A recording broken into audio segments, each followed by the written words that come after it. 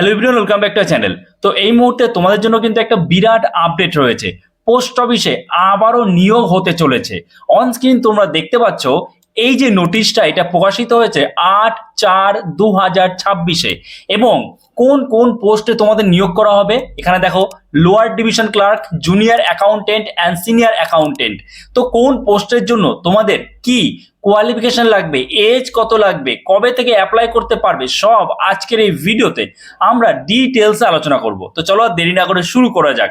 দেখো on screen তোমরা দেখতে পাচ্ছ লোয়ার ডিভিশন ক্লার্ক মানে এলডিসি, জুনিয়র অ্যাকাউন্টেন্ট আর সিনিয়র অ্যাকাউন্টেন্ট পোস্টে নিয়োগ করা হবে, আগেই বললাম আমি।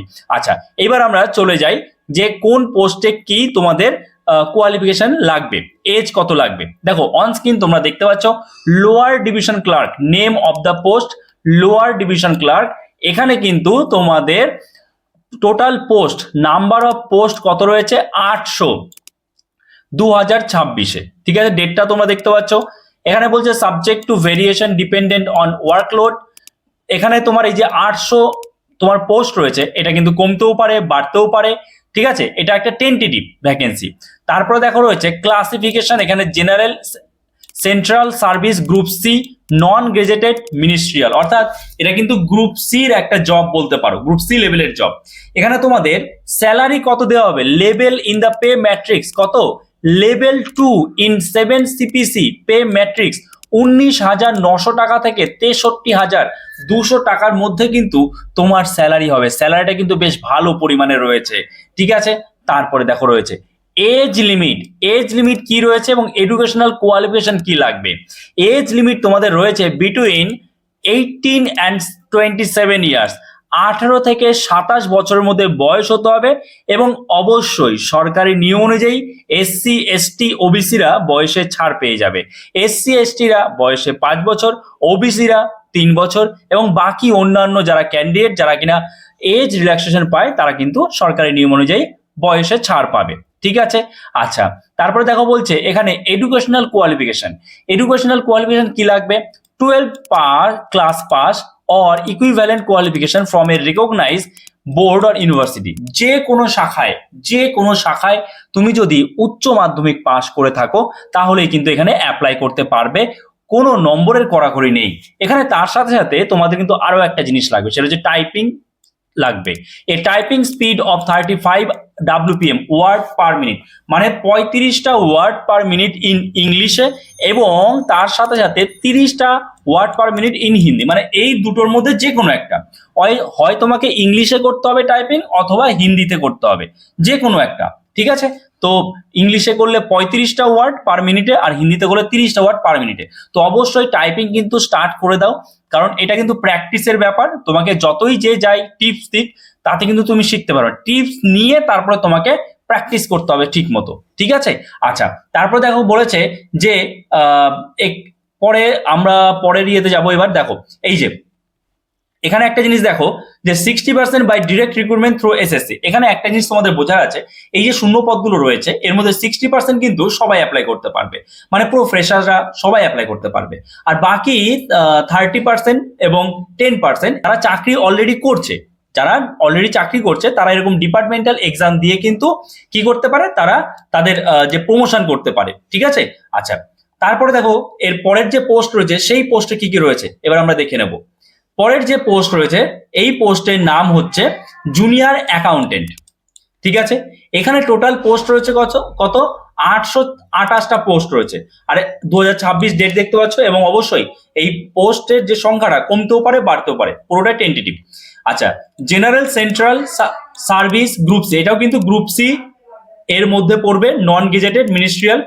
এবং এখানে স্যালারি কত দেওয়া হবে, লেভেল 5 অনুযায়ী পে ম্যাট্রিক্স 29,200 টাকা থেকে 92,300 টাকার মধ্যে তোমাদের স্যালারি হবে। ওকে, আচ্ছা এখানে এজ লিমিট কত দেখো 18 থেকে 27 বছর, একই রকম আগেরটার মতোই। এবং এসসি এসটি ওবিসিরা বয়সে ছাড় পাবে সরকারি নিয়ম অনুযায়ী। এখানে তোমাদের কোয়ালিফিকেশন কি লাগবে, এডুকেশনাল কোয়ালিফিকেশন।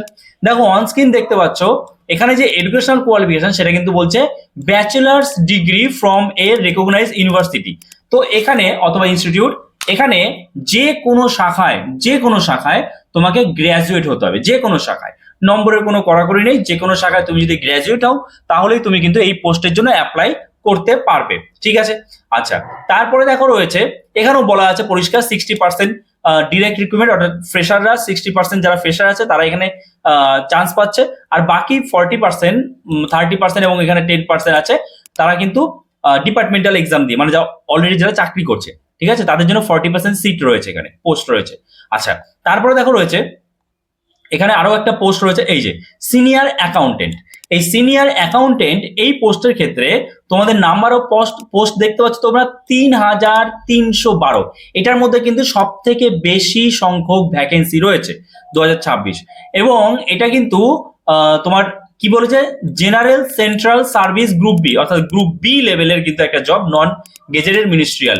এখানে তোমাদের স্যালারি কত দেওয়া হবে, এখানে তোমাদের স্যালারি দেওয়া হবে লেভেল 6 অনুযায়ী পে ম্যাট্রিক্স 35,400 টাকা থেকে 1,12,400 টাকা কিন্তু তোমাদের এখানে স্যালারি দেওয়া হবে। স্যালারি কিন্তু এখানে বেশ ভালো পরিমাণে রয়েছে।